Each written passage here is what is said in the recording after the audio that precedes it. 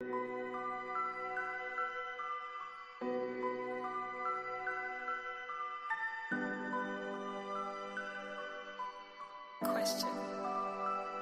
I don't know. In this lonely ass world, it's getting colder. I'm not going nowhere if I cannot take my boat there. My mind was bred a little different, yeah, from my own past. If I see heat, why the fuck would I wanna go there? Mama, I make you smile. Mama, your little nigga came from wildin'. Mama, always got in trouble, I was shouted. Mama, now I'm staring at shit. Mama, I'm the pilot. Mama, if I want something, I'ma go get it. Mama, swim with the sharks, piranhas, and fishes. Mama, it's so hard down here, God is my witness. Mama, I know where I'm going. Mama, I'm a fan. It's hard not knowing who is really gonna be there for me. I wish you could be here to see me the day I start touring. Shit be on my mind every second when I'm not recording. I'm waking up conversating with the Lord every morning. I mistakenly took the wrong path, I had to rewind. I fumbled trying to move too fast, I had to keep trying. Growing up, I got in trouble, told myself to keep lying. So much stress be building up, swear I be needing me time.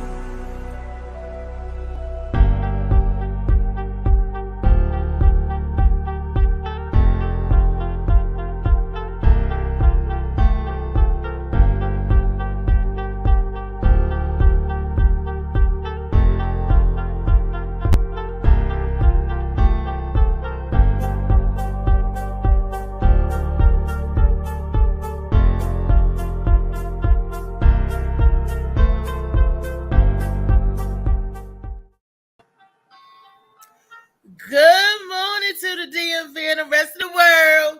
This is your girl, Sunshine.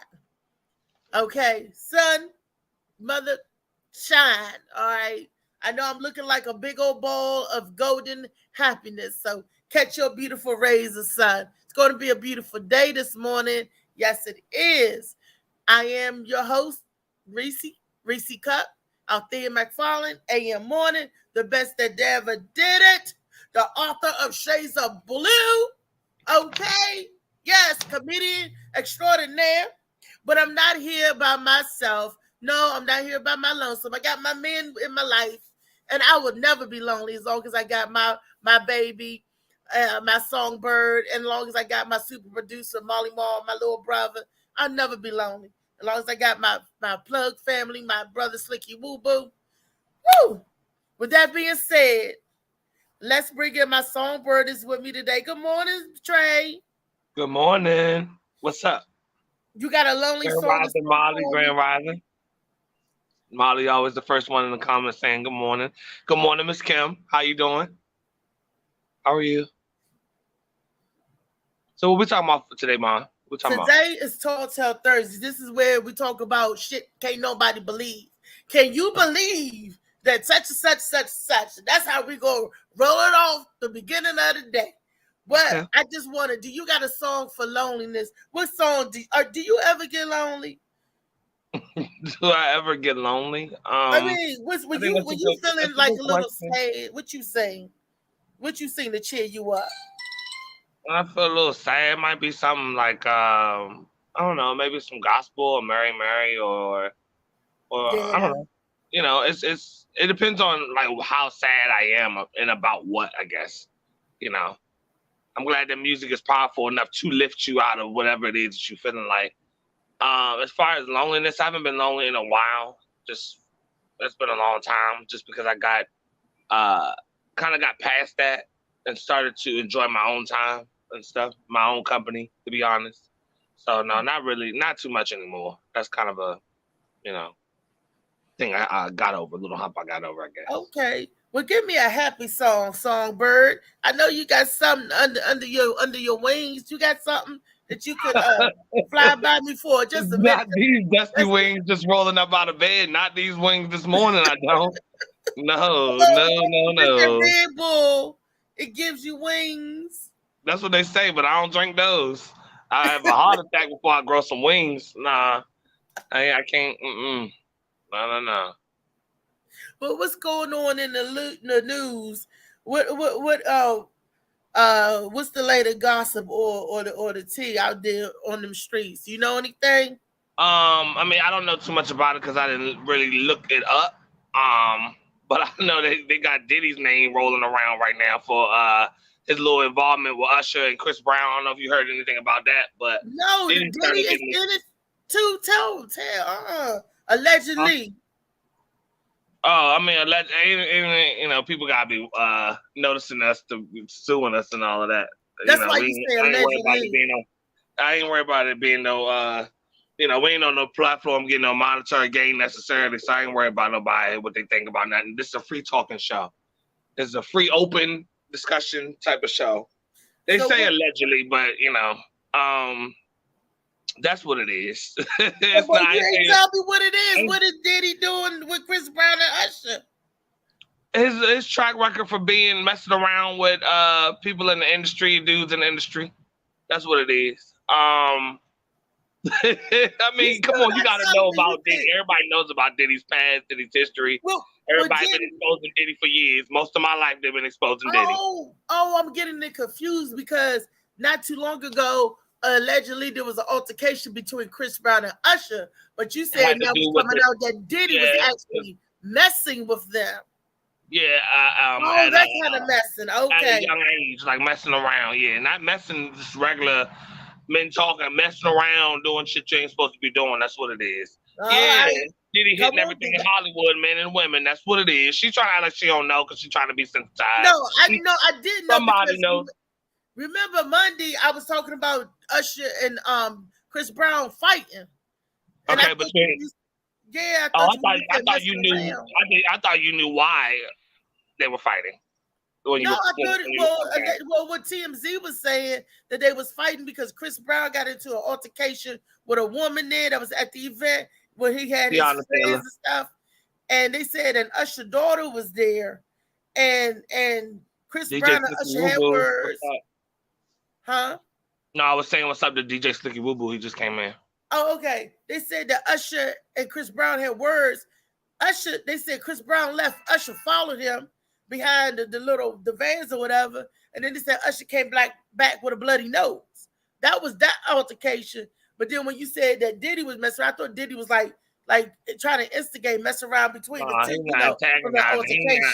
He's not instigating the situation. He in them joints.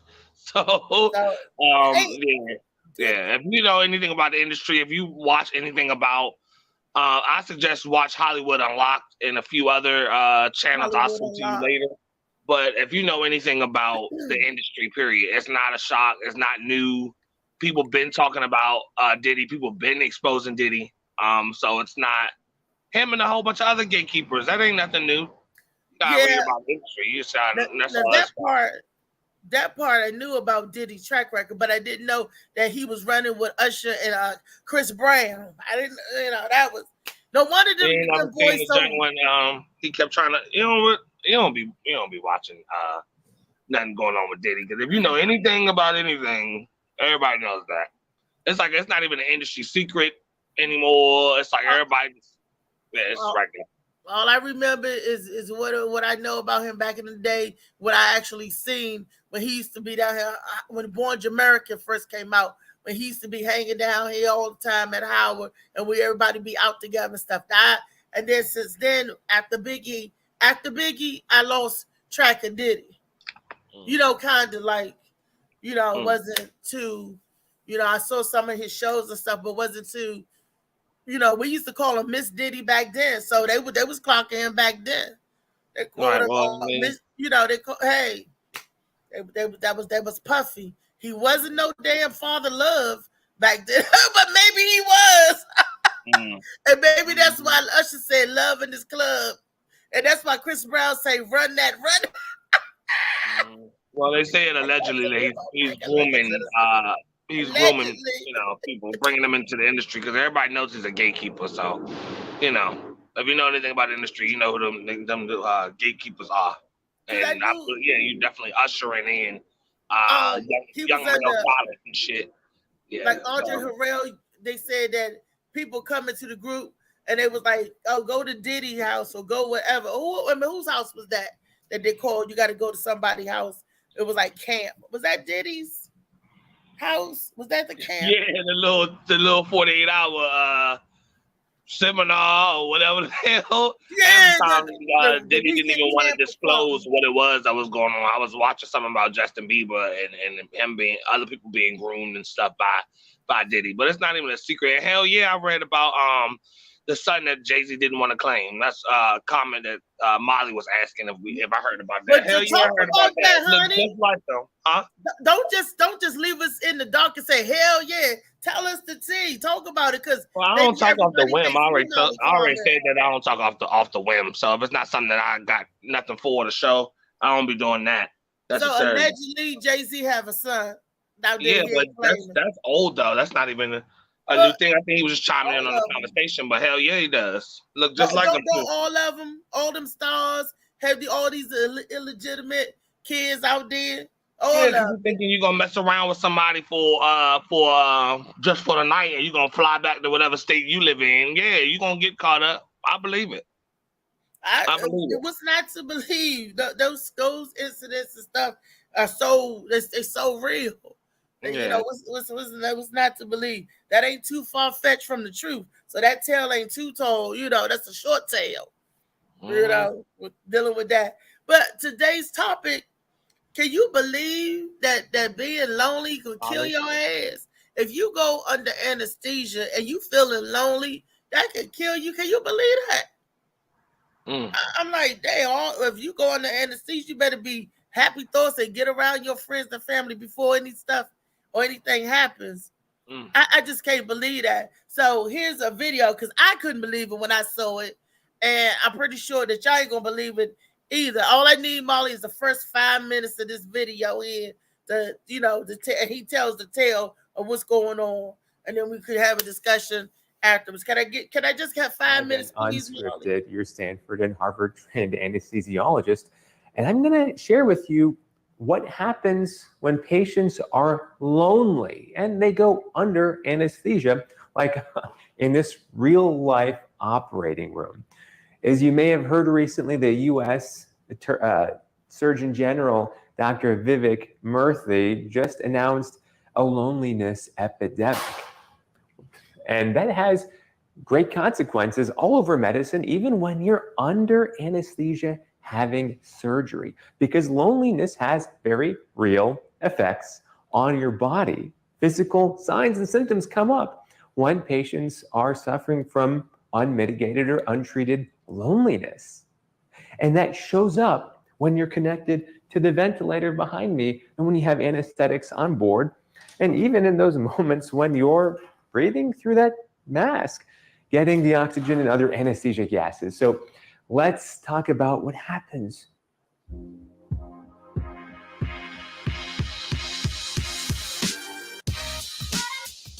A lot of healthcare staffing platforms have been developed in the last few years, and you might be confused about how Fusion Marketplace differs from the other guys. First, what is Fusion Marketplace? We're a job platform that empowers you as a healthcare professional with all the information you need to make the best choice for your career. We do that by streamlining searching for jobs, housing, and more, so you can spend your time doing what you do best. Provide excellent care for your patients. The team at Marketplace believes in giving users the ability to control their own career. I can't skip it. Patients who are lonely, and it wouldn't start. Wouldn't it be right to start without a real life story? I had a 75-year-old patient not too long ago coming in for a knee replacement, and when he sat down on the table, I gave him the oxygen mask, and before I gave it to him, I said, "What are you looking forward to doing with your new knee?" Because I want patients to wake up, or rather fall asleep, with that sense of positivity, to set a seed in their mind for what they're going to feel like when they wake up in hopefully a positive way, help reminding them the purpose, the meaning of why we're having surgery in the first place before that scary mask goes on. What did the patient tell me? What do you guys think the patient told me? What do you think the patient told me? And by the way, Alexis, Heidi, Linda, Chris, great to see everyone on here. So many others. But I want to know, Oh, hey, Gentle Spirit, thank you for being a new subscriber. Your support helps me do this more often. So I'll give you a shout out to whoever gets it right. What did this patient tell me? When their head was on the pillow, you're getting ready for a whole new knee replacement. Sherry got it right. Sherry says he wasn't looking forward to anything. So this patient, unbeknownst to me, had a serious disconnection with their family and their social circle and was suffering from a serious social and emotional type of loneliness. There are 3 types of loneliness we typically describe, and he was suffering 2 of those 3. When he told me in this moment here, I don't even know why I want a new knee anymore. This was really concerning for me, as you could imagine, and it impacted their anesthesia. So what happens when you have this level of loneliness? A couple of things happen.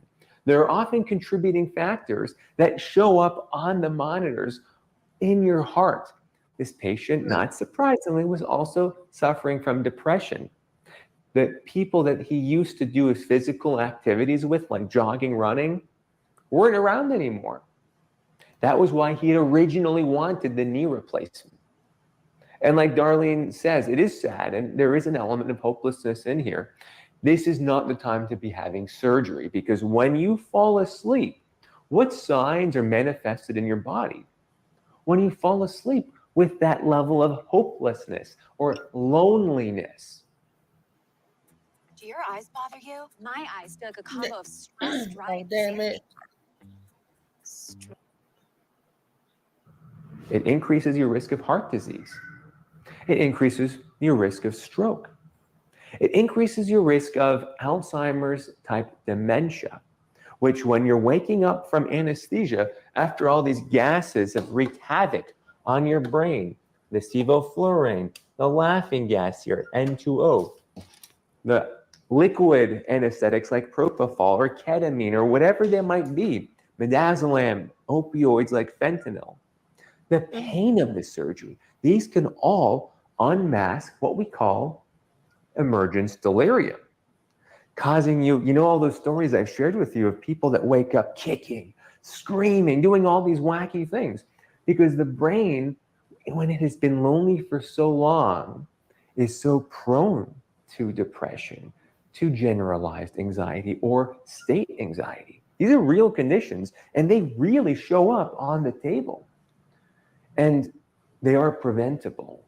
It's not a fatalistic diagnosis. It's not a terminal diagnosis. It's one of the remarkable realities of the human body. We have nearly unbound resilience. Of course, it's not easy to tap into.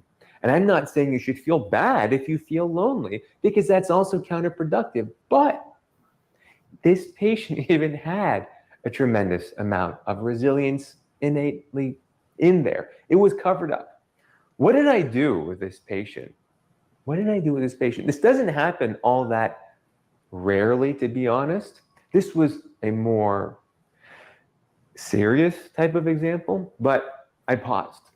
You can't just put a mask on someone, tell them to take big, deep breaths of oxygen and funny smelling gases. Just, you can't do that to somebody who just told you that they don't even know why they're having this major surgery. Because what's going to happen if they have this surgery?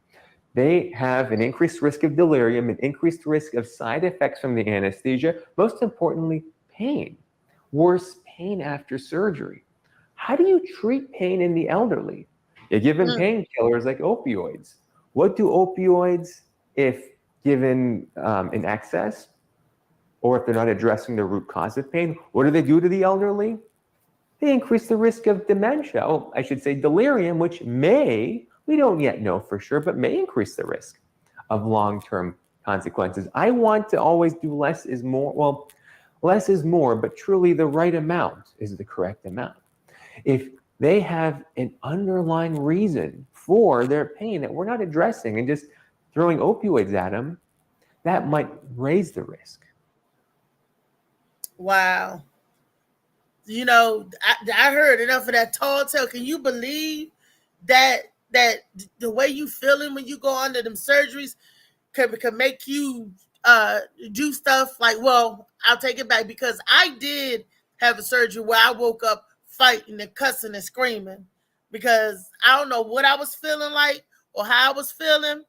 I was feeling some kind of way, but my mother was saying because my grandmother was on my mind, and I was sad about my grandmother. This was in 2019 when I could have sworn they broke my damn shoulder. I was like, my arm broke.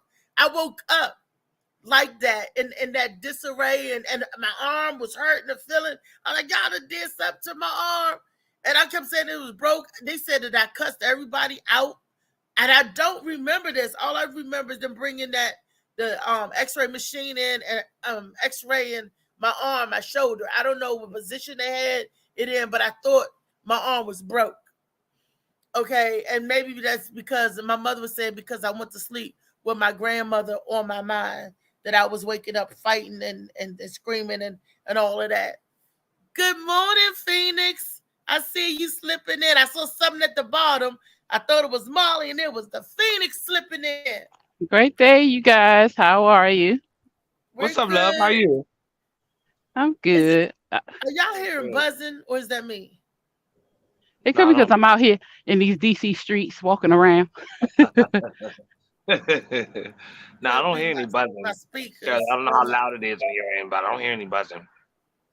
Okay. Well, today, Phoenix, if you're just catching in or tuning in with us, this is Tall Tale Thursday, and I got a doozy for you. Can you believe that if you go on the anesthesia, feeling lonely, that it could cause adverse effects to your body? It could cause death. It could cause Alzheimer's. It could kill you, girl. You go under anesthesia, you lonely, you could check right on out. Who would have thought that? That's amazing, because a lot of the times when people do have surgeries, they do feel alone. And especially if they have no one up there with them. So that is very interesting. Well, it's three types of loneliness. I'm going to tell y'all. It's social loneliness, like you ain't got no friends or co-workers and all that. Then there's emotional loneliness. You ain't got your mate, you know, around you. And then there's that existential loneliness where you feel hopeless, that you be like, I don't even know why I'm here. I don't even know why I'm living.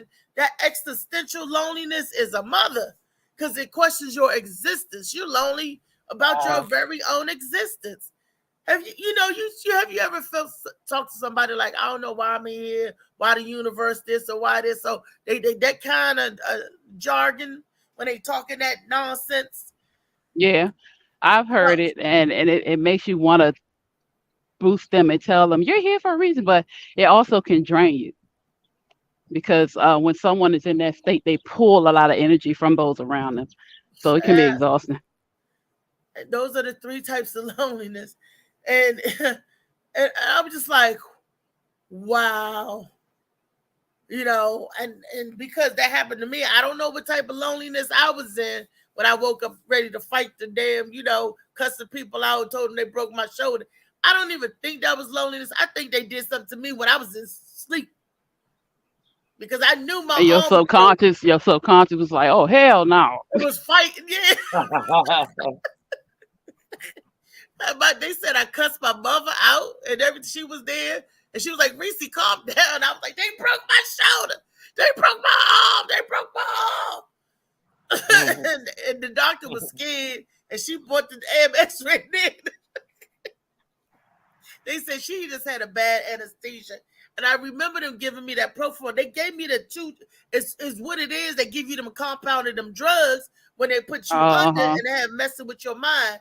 Not only did I have the propofol, I had something else. They sedated me, and before they put me out, when don't let them sedate you, give you that twilight shit before they give you the real anesthesia, because you gonna wake up fighting. You will wake up like this. If you don't get off of me. I know. I've only been under once when I had my bilateral tubal ligation done, and I was already tired because I was up most of the night, nervous. I had to be up there at the hospital by 6 in the morning, so I had to leave, go get on the train.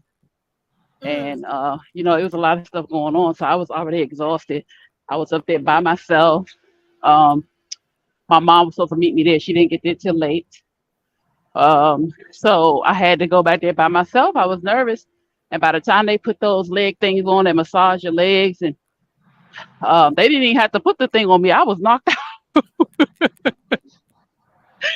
By the time they put them things on my legs and they started massaging my leg, Nice and and warm. I was like, oh, I ain't had one of these rubs in a long time.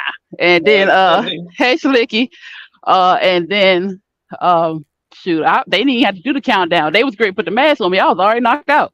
You was snoring, huh? And for those of you guys who don't know, before you have any type of surgery, I don't know if they still do it now, but the last time I had surgery, they put the compressions on your legs to keep blood from clotting. They do it to men and They women. keep the blood flow going. Yeah, they keep the blood flow, and it's a shh, and they warm and they squeeze, and it's just like a bunch of hands squeezing your legs and like rubbing you. And that do feel good.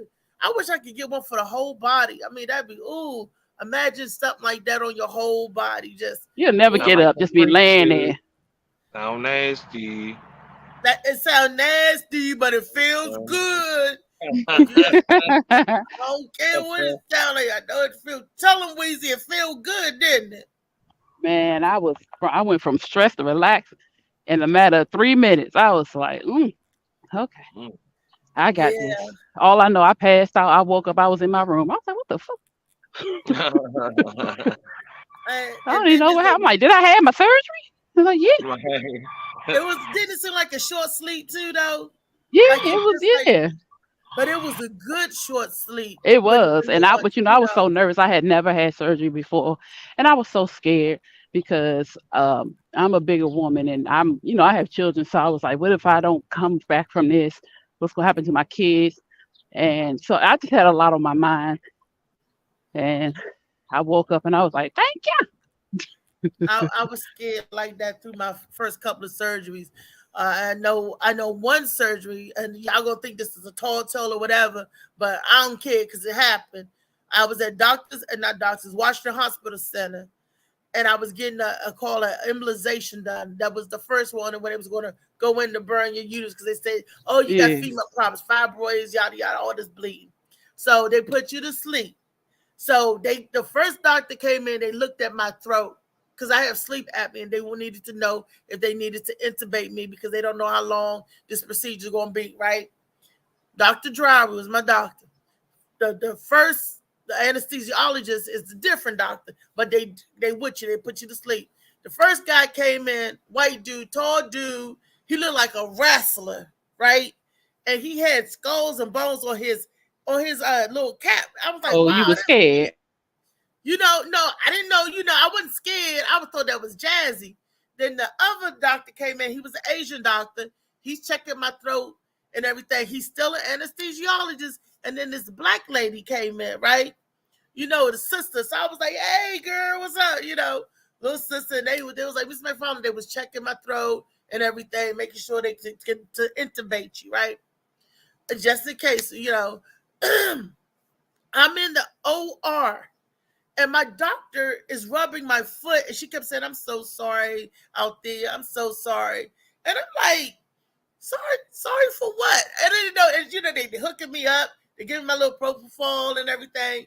And then I said, sorry for what? That man grabbed me from behind the big wrestler one by my throat, and they had to intubate me. Why didn't they just tell me they was going to intubate me? And I felt those tubes going. I was awoke when those tubes was going up my nose and down my throat. I was just could barely utter the words motherfucker. And I said, mother.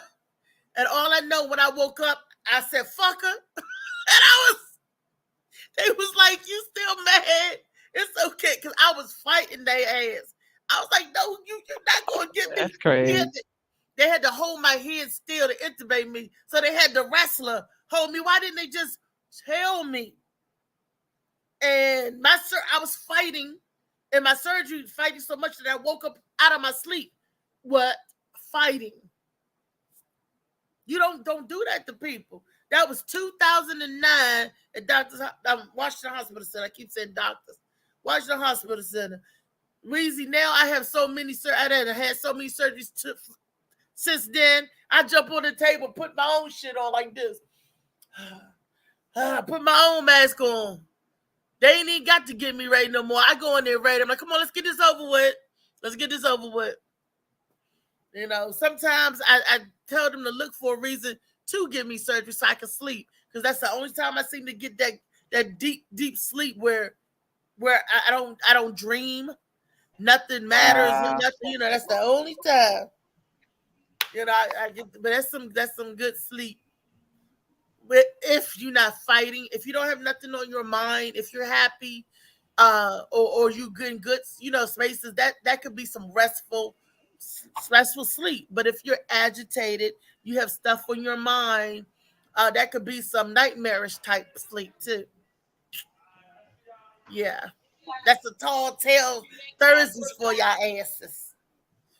You know. Right. So from the I'm sharing my surgery fiasco. Oh, flip it this way. Okay. What is the people saying? Where Trey at? You hear Trey? Oh, do you guys do like? I'm right here. Okay.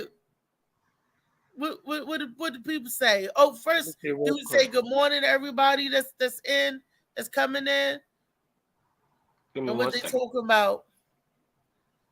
Let me see real quick from the top. I remember the last thing. Hey, Michael. Hey, Miss Kenny. Kim said good morning. I already seen when Miss Kim came in, but good morning again, Miss Kim. When DJ Slicky Boo Boo came in, he said, "Hey, what? Hey, one love, peeps." He started hearing what we was talking about Diddy and all that. He said, "Oh Lord." Let me see. Kenny, I see Kenny and Mike in the room. Yeah, Kenneth came in and said what it do. DJ Slicky, Big Nut said good morning. He said Miss Phoenix, great seeing you on the panel. Big Nut Productions in the house, salute. DJ Slicky Boo Boo said, "Wow, Reese, you've experienced every goddamn thing to be so young. Keep it real, bullshit. Keep it real, bullshit." I don't know what he's saying, but I mean, he right. I have gone through a lot, and that's why I journal this stuff. You know, you wouldn't believe, and what I talk about on the show is just like a little bit, just 3% of what if you knew and read all the stuff that I went through, you'll be like, damn, that's how come I know that there is a creator. That's how come I know God got his hands on me. That's how come I know that my star is rising in Mercury. That's how come I know that I'm I'm from outer space. I got Milky Way for blood evolution in my veins. I'm an alien. That's how come I know I serve a higher purpose. So forget what you saying, Slicky. Just hold on tight, because he ready for a bumpy ride. No, that's right. That's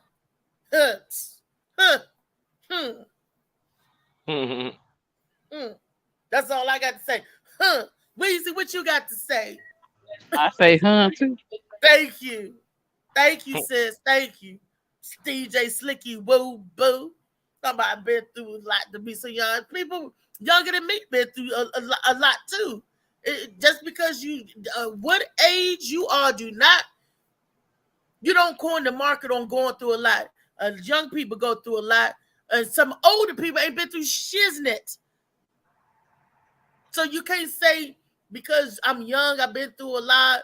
It's just the life that you live. Everybody got a different life, you know. So I wouldn't say, "Oh, you've been through a lot to be so young." You just been through a lot in life, in your lifetime. You know, everybody is just different.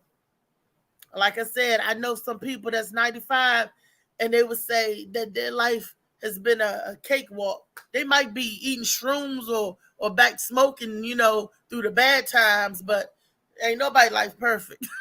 But So people are saying I'm just open and honest to talk about my stuff. I'm that, you know, so that don't mean, oh, I bet a lot of people hide shit. People are That's true. notorious That's for true. hiding and scared to come out. I ain't scared because you ain't got no heaven or no hell to put me in. Nobody. Now, I ain't scared of exposing myself, but what I won't do is expose other people because that's other people's lives and business. Now, I won't do that to them, and I would change names or I would talk about that person, whatever. But as far as me, I don't care. Stories are made to be told. They ain't made to be hidden. That part. You know, and this is Tall Tale Thursday. Weezy, what you got a story, Weezy, about a believe it or not story? And I know somebody Let done me said go something, heard find something, one. like, what? I mean, I'm you gonna might find even one. know something that you might even know something somebody said, and you be like, yeah, right, what? That I can't believe that. But while you finding one, let me tell you about the night that I had last night at the Crystal City sport. It was a great show. Now I'm going to tell you this, and Misha, my girlfriend Misha, our sponsor for the show, met us up there. Trey, shout out to Misha Merritt, the sponsor of the Morning Mac show. It was a different atmosphere because we was like only a couple of turds in the milk. Uh, yes, me, Michelle, and Lee went there. Misha met us there. And one guy there named Jesse, he said he come there just to get the burgers. He usually eats downstairs. He don't come upstairs. And he was giving me the tea. Shout out to you, Jesse. I remember you. Hey, boom. So, and he was giving me the tea. You know, it's good for, he likes the burgers there and the food. He said, but he don't come up here. There's a lot of police officers. It was police officer week, right? We in Virginia, right? And there are a lot of people not our color.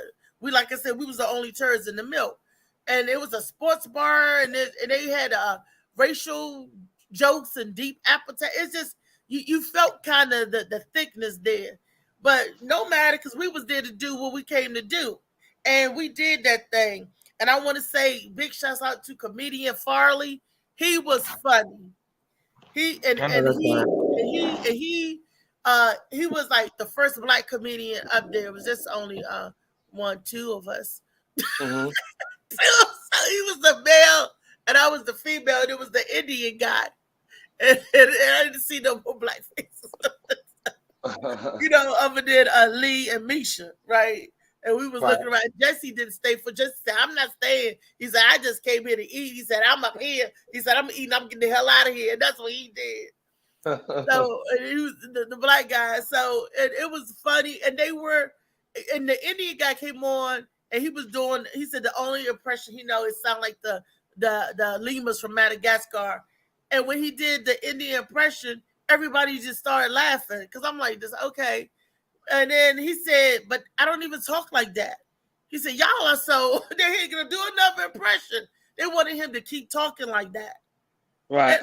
And it, you know, it's funny because he was laughing at them. And we was laughing. And we all knew why we was laughing, but we was like, so y'all think people really talk like that? Right. You know, and everything. And and the guy said, I like busting stereotypes. He said, this is how I talk. I'm like, mm-hmm. He said, my parents don't even talk like that. Right. So, you know, and you know, I'm like, oh, yeah, tell them. You know, everybody is talking from not unless you're from Staten Island. They're talking about everybody is losing the New York accent. So everybody that's from New York don't talk like that anymore. And they were saying because so many migrants or immigrants go through New York that it's switching, you know, that New York accent. Not unless you're from Staten Island. That's what the news lady said. Not unless you're from Staten Island. Do you mean to tell me that the people from Staten Island accent is so thick? Or are they saying that ain't nobody migrating to Staten Island? That's where Michelle from. I got to ask Michelle. Because Michelle said there wasn't too many people of color there growing up on Staten Island. You know, it might have been one or two in her whole school. And she said when she got in high school, that's the first time she went to school with anybody of color. So from Yeah. elementary to junior high, no black people. So I don't know what the population, the color population of Staten Island is. You know, but that's the curious. I'm just curious how many people live on Staten Island. How many black people live on Staten Island? That's curious just to see because they were talking about the accent and how you don't have that accent anymore. You know, yada yada yada, stuff like that. Yeah. That's just it's worth a Google, right? Weezy, did you come up with the story while I'm just No, I can't find where I was found the tall tales last time. I can't find it. I don't know which where, but Little Richard has been trending for some reason. Oh, okay. I didn't hear you. I said I can't find what I had, the website I found last week. I don't know what happened to it, but I said, Little Richard has been trending lately.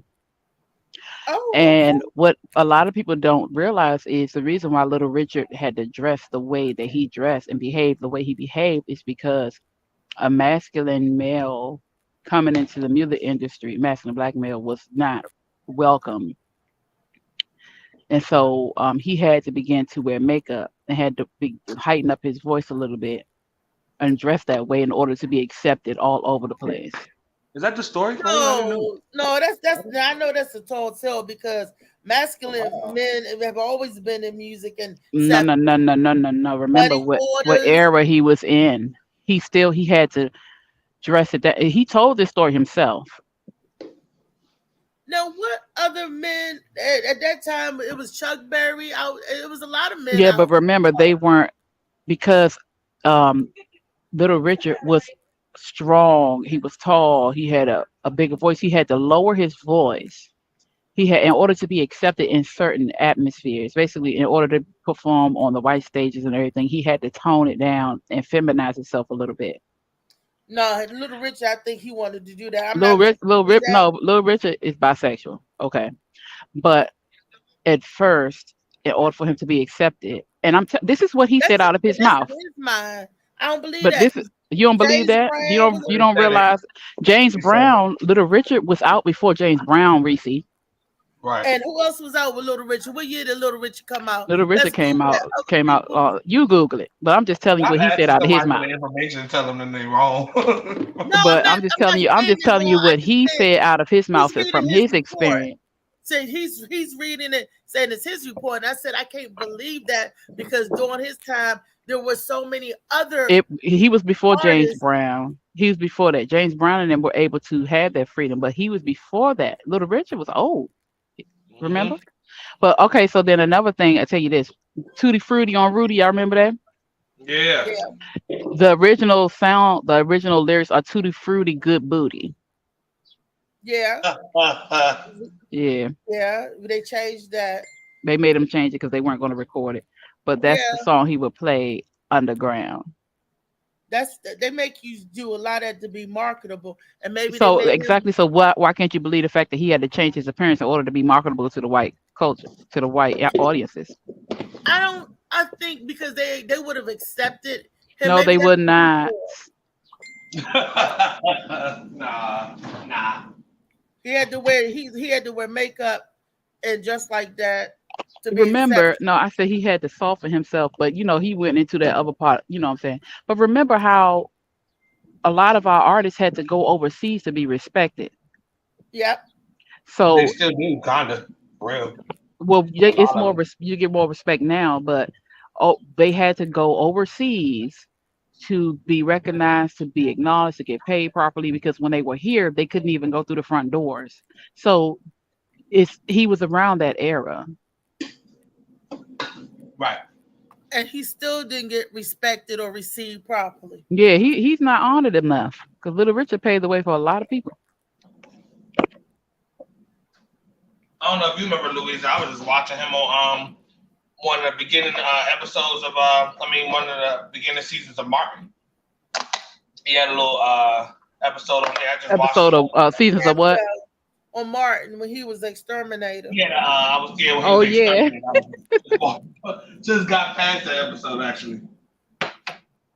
I'm just out of curiosity. I'm gonna Google what year did Little Richard come out. I mean, go ahead and finish telling the story. I'm start doing the research a little ahead of time. No, that's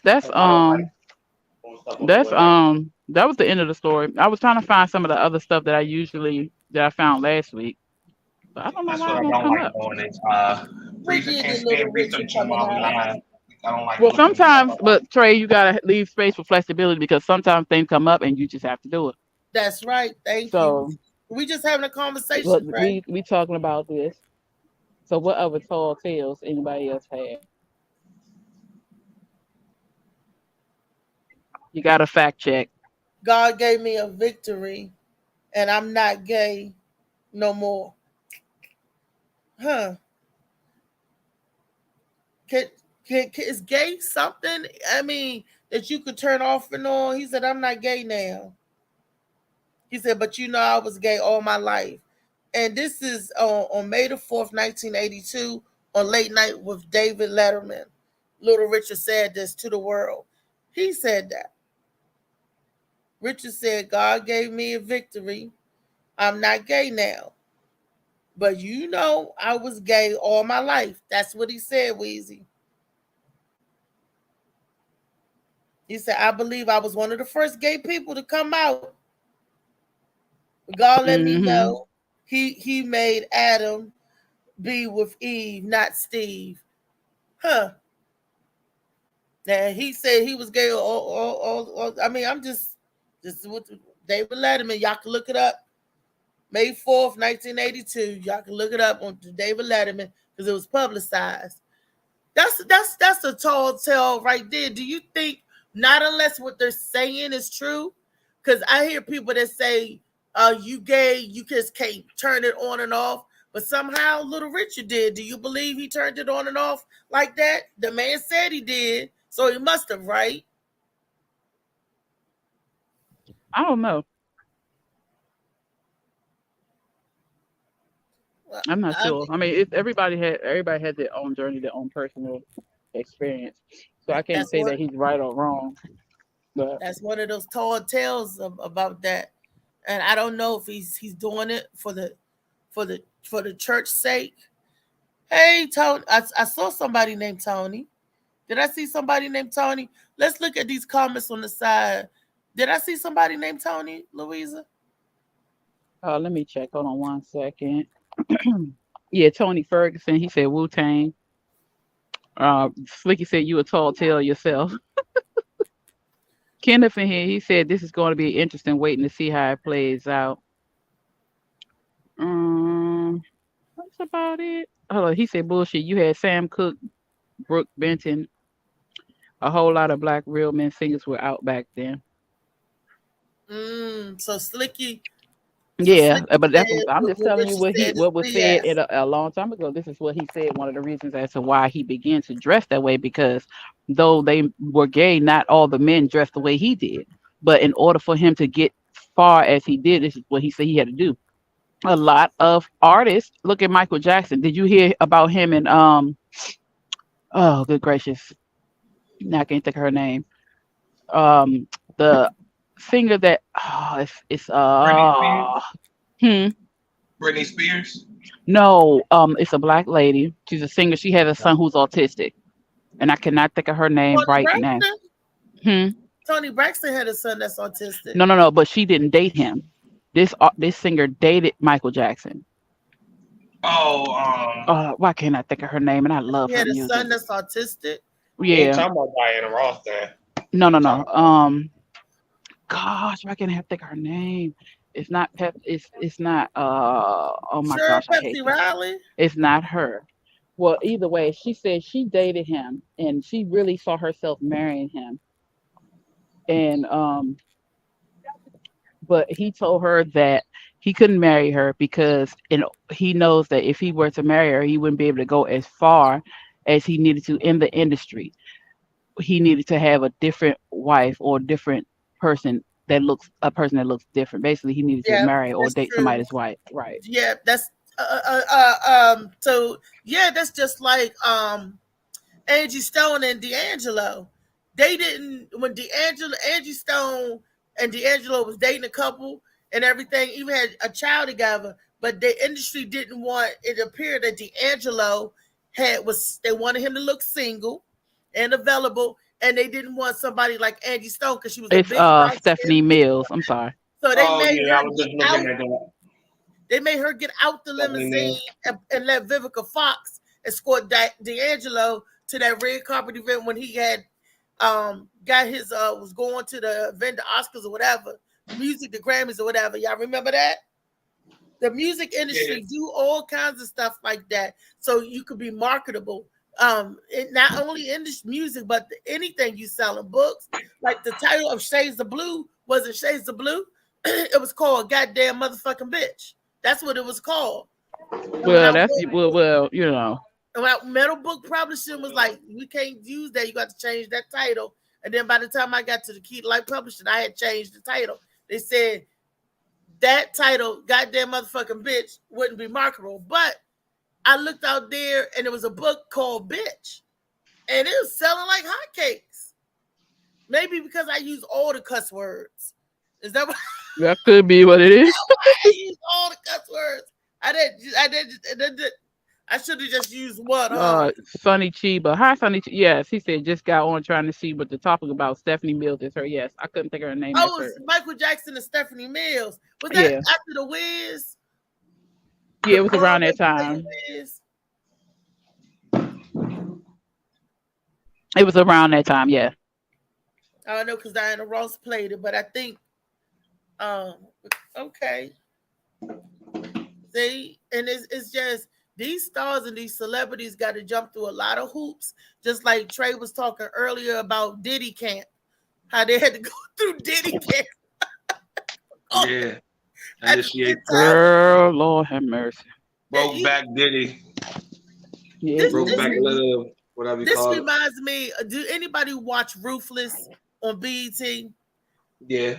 Now it reminds me of The Highest. You know that The Highest got to break everybody in before you could accept and become part of the Raku. Blow that funny stuff in your face. Yeah. He blowing that wacky dust and he blowing your nose. Talking about they be like, whoa. The Highest when he said I had to purify the people. And then he means he have to sleep with them before they can be part of the Raku. And these are supposed to be straight up, they still hard men, but they had to go through these weird ass initiations. Just like with these fraternities and these sororities, their rites of passage. Sometimes that stuff is it worth? It's very questionable. Yeah. Is it worth you getting a head? You got to give a head to get a head. That's why Tank said, just because you suck some penis in the industry don't mean you gay. Well, nah, you are. You suck some penis that don't make you gay. I'll tell you, there are a lot of people that had to sacrifice their integrity and their beliefs to go to where they are, and it's unfortunate that they are placed in that position just to be known. So some people, do they real self come out? Or some people is that them? Some people that's them. And they don't want it to get out. No, sometimes they catch them young. A lot of those young kids got caught up. The young kids. That's what I said about the grooming. Grooming young kids. Grooming them. These young kids are being groomed coming into the game, y'all. Some of y'all 8, 9 years old getting whole TV shows with your whole name on it. Something's happening for you to be in the forefront like that. Yeah. That's why I said if you know anything about the industry, you know about gatekeepers. You know about you gotta pay attention. But the one thing about like That's So Raven, she went through the Cosby Show, and thankfully she had that experience because it wasn't a bad one for her. But going on to Disney Channel, we don't know what happened because look how she ended up later on. And Orlando Brown. Lord Brown. Yeah. He had a hard time. Thankfully he's getting clean now, but Lord. Yeah. His mom was all over the place. I don't know what they did to that boy. Poor Orlando Brown. I liked him too. And you know who else said something? The girl from the House of Pain, the same little girl that played Daddy Little Girl. Oh yes, her and her sisters. And they were speaking out. Her oldest sister, the first time I saw her was on Eve's Bayou. She played the older sister with Jessie Smollett. She played the one that kissed her father and the father smacked her. And then that's when Jesse Smollett said, "I wish Daddy was dead," and they put the hex on the father. She played the older sister, Sissy. Okay, Sissy. Y'all can tell I be watching too many damn TV shows and too much. But she was the older sister, and then all three of them played together in Daddy's Little Girl. But it was the youngest one that came out. That her character was what is I keep thinking it Malik and Jasmine. Her character was Jasmine on the House of Pain, and she also played in Black Lightning. I like her in Black Lightning as she got older and stuff. But And now she played on some Disney stuff. I can't think of the name of it. But me and the kids used to watch it. Yes. And then that other girl that was like the detective, the black girl. Oh gosh. What was her name? Parker something. Was that Parker some Jackson? Or something Jackson? Oh yeah. She messes with the new Spider-Man. I know who you're talking about. You talking about Sky Jackson? Was it Sky Jackson on the Disney Channel? Didn't she have a detective show? And she got in there young. A lot of them people that get in there young, really, you right, do get. Well, Sky Jackson came on a show with a babysitter. I think I know who you're talking about though. That's the one that it's the lighter girl, lighter girl. The Jesse show, Hey Jesse, or some shit like that. Yeah, she was on Hey Jesse. Sky Jackson was, but the other girl that you're talking about, she was a spy. I know who you're talking about. I cannot think of it. Hold, let me try to find it. iCarly. I wasn't Carly. I saw no, iCarly. That's Miranda Cosgrove. It's iCarly, but I don't think that's what you're talking about. What is that name? Something Jackson. I don't know, but they were talking about Disney must be really Marley did a piece on Walt Disney some time ago and saying that he was it wasn't what everybody Walt Disney wasn't nothing who people think they is. It wasn't a child icon. It wasn't good. Nah, definitely. You're talking about Zendaya. She was Zendaya. She was the spy on one of the shows. I know you're talking about. Hey Malik. Sunny Chiba said, "Hey Malik, what's up?" And what Malik saying? Hold on 1 second. Hold on 1 second. He's talking about Disney. Is he talking about you? That's Phoenix. That's Louisa. Yeah. That's the Blue Phoenix. Yeah. Hi Malik, how are you? And and Slicky said later love, y'all. He said Disney is evil. All theme parks are ran by the mafia. Wow. Yeah, that part is true. He loved you, Phoenix. He said he loved you, Malik. Oh, I love you too. I love everybody. You know that what I realized. I realized that people see me, and which is great, but they don't truly know me. So they see my spirit because this is what I show, which is the biggest part of me. There are other parts of me too. So that part. It's getting close to the end, y'all. Before Molly even play the music, let me tell y'all there's some tickets left for May the 19th, which is not this Friday, but next Friday at the Comedy Cuts and Curls show, where Moa will be opening for Brown Betty. I keep saying Brown. I hope I'm saying her name right. Apple Brown Betty. I think that's. Just keep talking, and I'm gonna find it because it's in our messenger thing. I'll tell you what it's. Apple Brown Betty, and I think the lady is from Louisiana or something. She's not from here, but then we have Baltimore Keisha. I think that's her name, Keyshawn or something like that. She'll be here. I'm gonna find the flyer with the names on it. Okay, so let me say this, Tracy and Trey. Yes. My phone is on 4%. And so I don't want to go out without you guys knowing what's going on. So I just want to say have a great day and that I love and appreciate you both and you too, Molly, and everybody in the chat. And I just thank you guys. for always allowing me to join you. No, I I think know And that's right. Thank you, tomorrow love, for Freaky being on. I Friday. love the energy you bring when you get on. Yes, you go. You should bring the calm, the serene. That's my mentalist. That's my baby. You gonna I be know on that's tomorrow, right. Freaky Friday? yeah, I'll be on tomorrow. Okay. So I hope we have Pucciarelli on tomorrow too. So I'm trying to yes. find the post. We got too many group chats.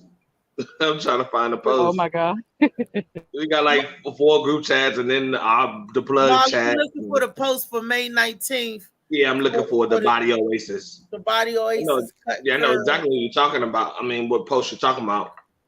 Go to your page. Yeah. You said go to. Let me I pull don't it want up. it to sit silent. I'd rather you talk to him or something while we While we looking. looking for that, well, that's going to be a dynamite show, and that's going to be on May the 19th. It is a Friday. Now the last time I went to Body Oasis, she only does the show every other month.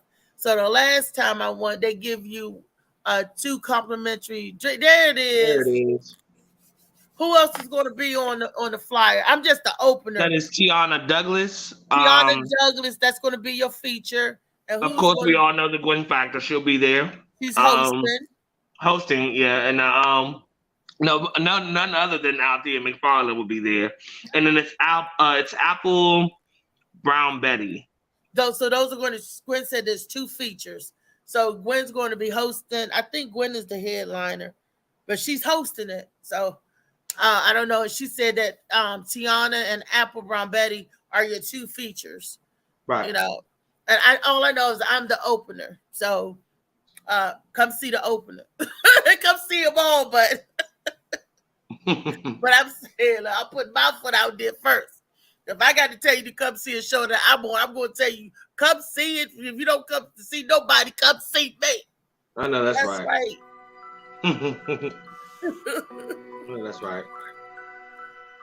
I love you guys. Trey, you want to leave them with anything good? Whatever it is you got going on, what you see is negative, shake it all, dust it all. The sun does shine even on days that it might be raining. The sun does come out eventually. Be happy. Be